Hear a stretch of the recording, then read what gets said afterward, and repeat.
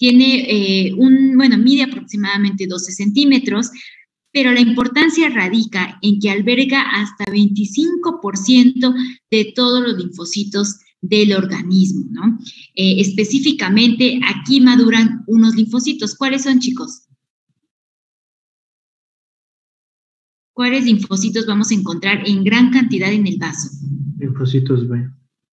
Linfocitos B, ¿vale? Los linfocitos B vamos a encontrar mayormente en el vaso. El 5% de la sangre expulsada en cada sístole cardíaca pasada por el vaso, pasa por el vaso prácticamente, lo que permite que cada media hora circule por este órgano la totalidad de la sangre para ser inspeccionada. Es por ello que se necesita una gran cantidad de linfocitos, porque también nosotros tenemos conocimiento de que la mayoría de los antígenos ocupan la vía hematógena o el torrente sanguíneo para poder infiltrarse.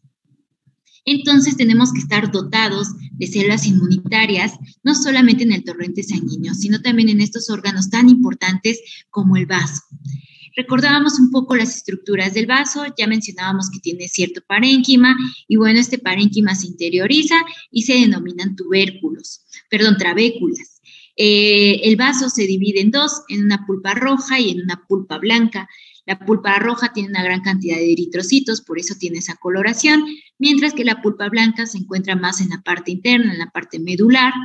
Y bueno, también otra característica importante del vaso es que en ella se introducen dos grandes vasos sanguíneos, una arteria esplénica y una vena esplénica, ¿vale? Entonces, estos dos vasos sanguíneos pues nos permiten la entrada y la salida de la sangre de manera correcta.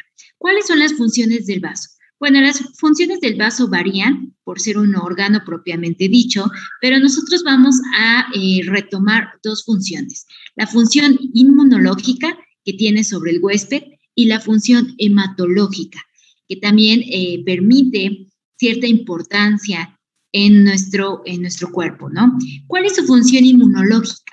Bueno, la primera de ellas es que permite el filtrado de la sangre, o se filtra la sangre en este órgano para retener los microorganismos y antígenos que escapen de la red linfática o que ingresen directamente al torrente circulatorio, ¿vale? Prácticamente lo que habíamos mencionado, hay varios antígenos que ocupan la vía hematógena o el torrente sanguíneo para poder trasladarse, y por lo tanto esta sangre seguramente va a pasar por el vaso, y el vaso está bien dotado de células inmunitarias para hacerle contraste a este antígeno.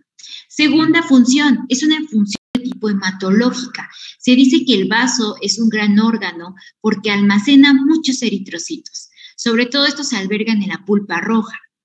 Y aparte, bueno, de almacenar eritrocitos, destruyen los que han cumplido su ciclo vital de 120 días. ¿Cuál es su periodo de vida de un eritrocito?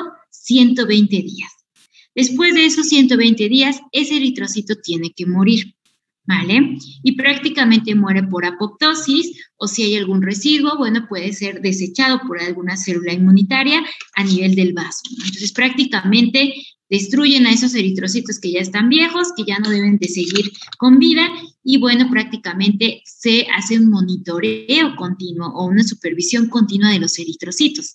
Como pasa toda la sangre en el vaso, pues continuamente se vigila que los eritrocitos que se encuentren en el torrente sanguíneo sean eritrocitos de calidad.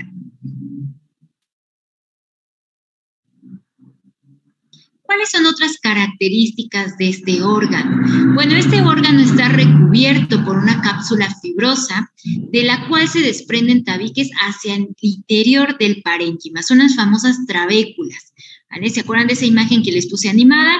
En donde se interioriza prácticamente el parénquima, y a esto se denominan trabéculas, dentro de los cuales hay arteriolas y fibras nerviosas.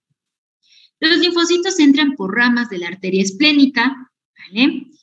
Y prácticamente, bueno, estos linfocitos se quedan allí o pueden seguir migrando en el torrente sanguíneo, ¿vale? Muchos linfocitos, por ejemplo, ocupan el vaso como estacionario o como una estación, y después regresan al torrente sanguíneo, ¿vale? Entonces, prácticamente es como una estación. Pueden quedarse allí, sí. Pueden terminar de madurar en el vaso, claro que sí. Y muchos de ellos salen al torrente sanguíneo a partir de este órgano. ¿Cuáles son las estructuras más importantes que tenemos que mencionar del vaso como tal? Bueno, son estas 4. La pulpa blanca, la pulpa roja, los senos venosos y la zona marginal. Cada una de estas porciones del vaso como tal tiene ciertas características. Chicos, muchos tienen la cámara activada, desactivada. Recuerden que si la tienen desactivada me tienen que avisar, ¿vale? Porque a veces hago como que un monitoreo rápido y si veo que siempre están apagadas, les coloco falta. Profa. Pulpa blanca. Sí, ¿qué pasó? ¿Le puede regresar tantito a la anterior, por favor? Sí, claro que sí. A ver, listo. Ya, muchas gracias. Bueno.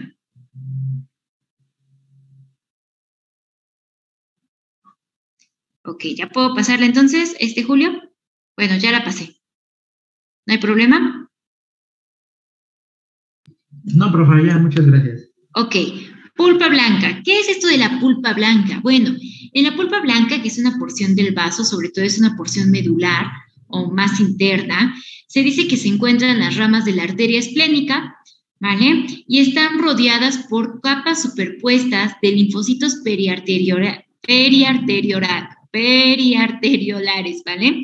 Entonces, prácticamente tenemos una gran cantidad de linfocitos rodeando esas arterias. Entonces, prácticamente están ahí todos presentes. Aquí tenemos una imagen que nos habla, por ejemplo, de esta pulpa esplénica. Se dice que es una pulpa blanca o una pulpa esplénica y tenemos una gran cantidad de linfocitos. Bueno, aparte de los linfocitos, vamos a encontrar, de los linfocitos como tal, vamos a encontrar otras células inmunitarias, como por ejemplo, ¿cuáles? Macrófagos, células dendríticas, linfocitos T cooperadores y los linfocitos B propiamente, ¿no? Entonces, prácticamente estos son los leucocitos que vamos a encontrar en la pulpa blanca del vaso. Ahora, en la parte más externa se forman los folículos linfoides ricos en linfocitos B. Esta es una característica muy importante de la pulpa blanca. Por lo regular vamos a encontrar nódulos linfoides, también reciben este nombre. Y son todas estas porciones moradas, ¿vale? Moraditas que encontramos en la pulpa blanca y son nódulos linfoides o folículos linfoides. Y esos folículos linfoides van a ser ricos en linfocitos B. Si se detecta un patógeno en respuesta, bueno, la respuesta inmune que se va a dar va a ser de tipo específica, que hace que los folículos se transformen en centros germinales, que generan células plasmáticas productoras de anticuerpos. ¿Qué quiere decir? Bueno, si algún antígeno se filtró, llega al huésped, comienza la respuesta inmunológica innata o la respuesta inmune innata. Y bueno, se da la respuesta inmune innata, pero no se controla la infección. Seguramente ese antígeno va a seguir filtrándose a nivel del torrente sanguíneo. Y si eso pasa, va a tener que pasar forzosamente por el vaso. Esa es la primera opción. Opción B. La inmunidad innata es un éxito, pero necesitamos memoria inmunológica ante esa infección. Entonces, las células inmunitarias activan la inmunidad adquirida. Y por lo tanto, en la inmunidad adquirida se da la presentación de antígenos, ya sea por los macrófagos, ¿vale? Sobre todo por los macrófagos, y van y presentan esa porción de proteína del antígeno a los linfocitos.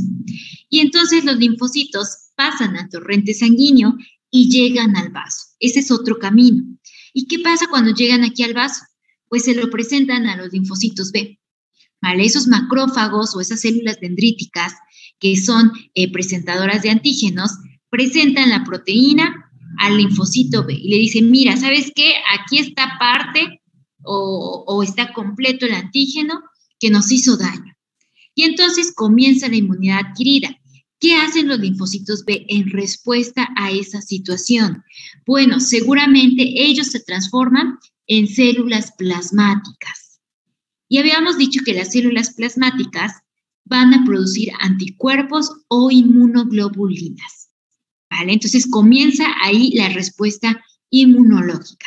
Esos anticuerpos nos van a ayudar mucho, claro que sí, porque van a defendernos contra esa infección y van a permitir la lectura de ese antígeno en específico.